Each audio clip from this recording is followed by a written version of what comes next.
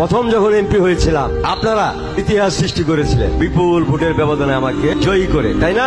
এইবারও কিন্তু বিশাল একটা ইতিহাস সৃষ্টি করছেন। একটা সময় ছিল আপনারা মনে আছে যারা মুরব্বী, এই শুকনাগড়ি বড় ব্রিজ ছোট ব্রিজ, এবার এটাকে পরবর্তীতে আঞ্চলিক মহাসড়ক করা, এই বর্ডার রোড সমস্ত কাজে ওই সময় আমাকে আপনারা বলেছিলেন, অনেকেই প্রান্তিক জনগণ থেকে শুরু করে সবাই বলেছিলেন যে আমি চমক দেখিয়েছিলাম। অনেকে বলেছিলেন না এই নির্বাচনের আগে আপনারা ব্যাপকভাবে গ্রামে চাইছিলেন না যে আমি যাতে মনোনয়ন পাই, আপনারা পাইছেন এবং পায়া ইতিহাসও করছেন। প্রথমবার যখন এমপি ছিলাম তখন রাস্তা নাই, ব্রিজ নাই, এই নাই সেই নাই। দুর্গাপুর মানুষ চিন্ত না, চিন্ত রাজশাহীর দুর্গাপুর, আর কলমাকান্দা চিন্তই না।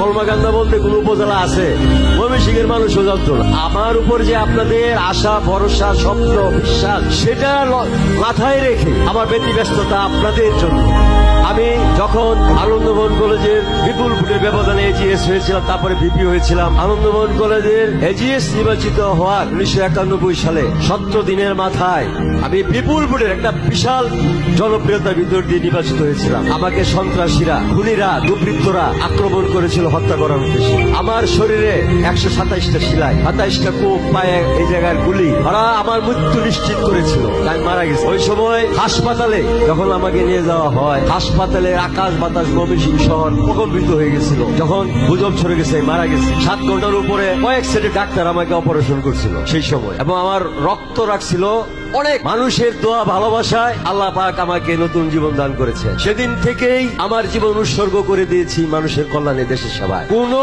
বাধা বিপত্তি আমি আপনারা জানেন আমি সঠিক কাজটি করতে চাই। কোনো বাধা বিপত্তি, কোনো হুমকি ধমকি, রক্ত চক্ষু সন্ত্রাসী কার্যকলাপ আমাকে থামায় রাখতে পারবে না, দাবায় রাখতে পারবে না। আমি জানি আমার এই দুর্গাপুরে মানুষের মনের কথা, দুঃখের কথা, যন্ত্রণার কথা, তারা কিভাবে নিষ্পেষিত হয়েছে, অত্যাচারিত হয়েছে, সন্ত্রাসের শিকার হয়েছে। অভিভাবকরা মাদকাসক্ত সন্তানের কারণে কি ধরনের যন্ত্রণাময় জীবনযাপন করছে পারিবারিক পরিবার নিয়ে। শুধু প্রান্তিক জনগণ নয়, আওয়ামী লীগের নেতাকর্মীরা পর্যন্ত নির্যাতিত হয়েছে। প্রত্যেকটা বিষয়েই ফয়সালা হবে, আপনাদের প্রত্যাশা মতনই ফয়সালা হবে। দুর্গাপুরের মাটিতে কোন সন্ত্রাস চাঁদাবাজি হইতে দেওয়া যাবে না, করতে দিব না।